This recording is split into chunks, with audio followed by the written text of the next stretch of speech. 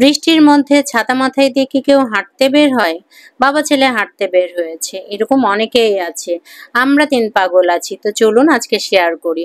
Hello বন্ধুরা, বৃষ্টির এই শব্দে এত ইচ্ছে করতেছিল বৃষ্টিটা দেখে যে বৃষ্টিতে একটু ভিজবো, আমি, আমার বর এবং আমার বাচ্চা তিনজন একসাথে ভিজবো। কিন্তু বৃষ্টিটা আসলে এমন সময় এসেছে একদম বিকেল বেলা, তাই বৃষ্টিতে ভিজতে আর আমরা পারলাম না। একটু অপেক্ষা করছি বা আমার বরকে আমি পটানোর চেষ্টা করতেছি, চলো একটু ভিজতে যাই, চলো একটু ভিজতে যাই, কিন্তু পাবলিক আমার কিছুতেই রাজি হচ্ছে না। তারপরেও আপনাদেরকে আজকে একটু বৃষ্টির শব্দটা শোনায় ফেলি। চলুন তবে বৃষ্টির একটু রিমিঝিমি শব্দ শুনুন।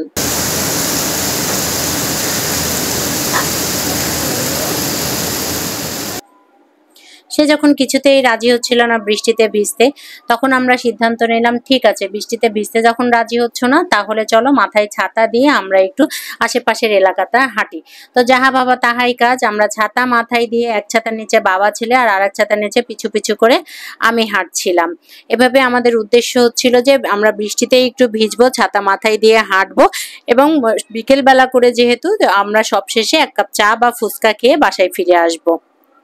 তো সেটাই ভেবেই আমরা হাঁটছি হাঁটছি আর গল্প করছি, কত কথা বলছি। আমার ছেলে তো খুবই ভালো বলছে যে মাম্মা, আমার কাছে তো খুবই ভালো লাগছে। আসলে আমরা চাই যে একটু নিজেরা নিজেদের মতো করে ভালো থাকতে, প্রত্যেকটি ব্যাপারকে আমরা মেমোরাইজ করে রাখতে চাই, যেন এই ছোটখাটো ব্যাপারগুলোই আমাদের মনে গেঁথে থাকে এবং বাচ্চাটাকে আসলে সব দিক থেকে আমরা আনন্দ দেওয়ার চেষ্টা করি। সেই সাথে আমার ছোট ছোট ইচ্ছেগুলো আমার বর অনেক প্রায়োরিটি দেয়, এটা আমার কাছে সবচেয়ে বড় পাওয়া। আসলে এই মানুষটিকে জীবনে না পেলে হয়তো বুঝতেই পারতাম না জীবন সম্পূর্ণ বলে কিছু ব্যাপার আছে।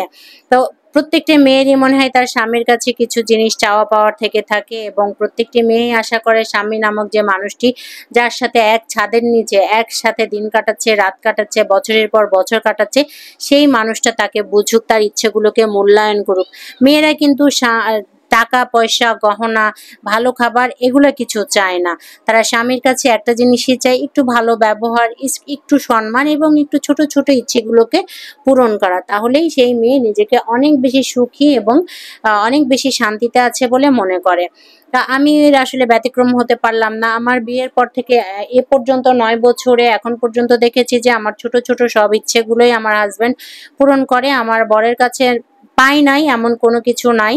তো আমরা একটা রিক্সা নিলাম, আমরা হাঁটতে হাঁটতে ক্লান্ত হয়ে গেছি, পরে সিদ্ধান্ত নিলাম যে একটা রিক্সা নেব, নিয়ে পুরা চৌরাস্তা, গাজীপুর, জয়দেবপুর সব জায়গায় আমি রিক্সা করে ঘুরবো। 1 ঘন্টার জন্য আমরা রিক্সাটাকে রিজার্ভ করলাম এবং আমরা তিনজন মিলে রিক্সায় বের হয়ে পড়েছি। আমাদেরকে পাগল মনে হচ্ছে, তাই না?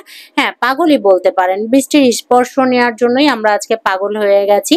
অর্থাৎ বৃষ্টিতে ভেজার জন্য অনেক ইচ্ছে অনেক দিন ধরেই করছিল, সেই সুযোগ হয়ে ওঠে না, কিন্তু আজকে যেহেতু সুযোগ পেয়েছি, একটু বৃষ্টিতে ভিজবো বা বৃষ্টিতে পুরো গাজীপুর শহরটাকে দেখবো, যেটুকু পারি বাসার আশেপাশে সেটুকুতেই আসলে আমাদের আনন্দ। আমরা কিন্তু রিক্সায় উঠেছি কিন্তু সাইড থেকে একদম ভিজে যাচ্ছি, তারপরেও আমাদের কাছে খুবই ভালো লাগছে এবং আমরা খুব মজা পাচ্ছি।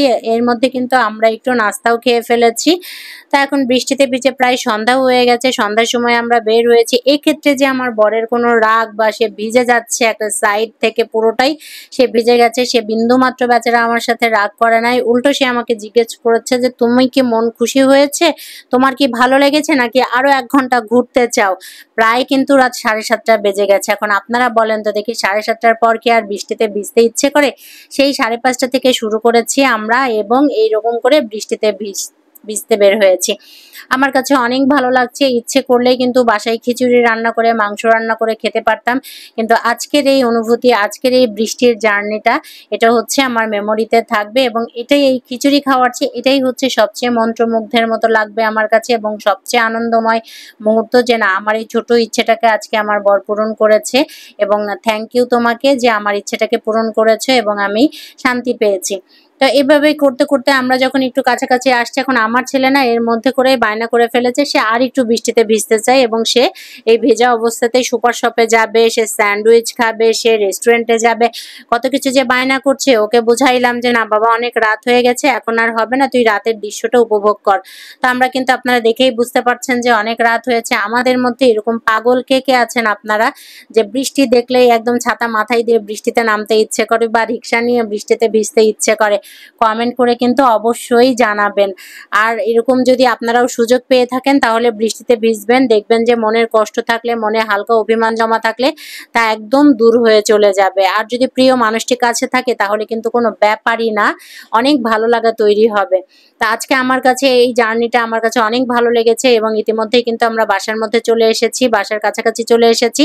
সবাই ভালো থাকবেন, আমার পেজের সাথে থাকবেন। ইউটিউব থেকে দেখলে সাবস্ক্রাইব করবেন, ফেসবুক থেকে দেখলে ফলো দিয়ে রাখবেন।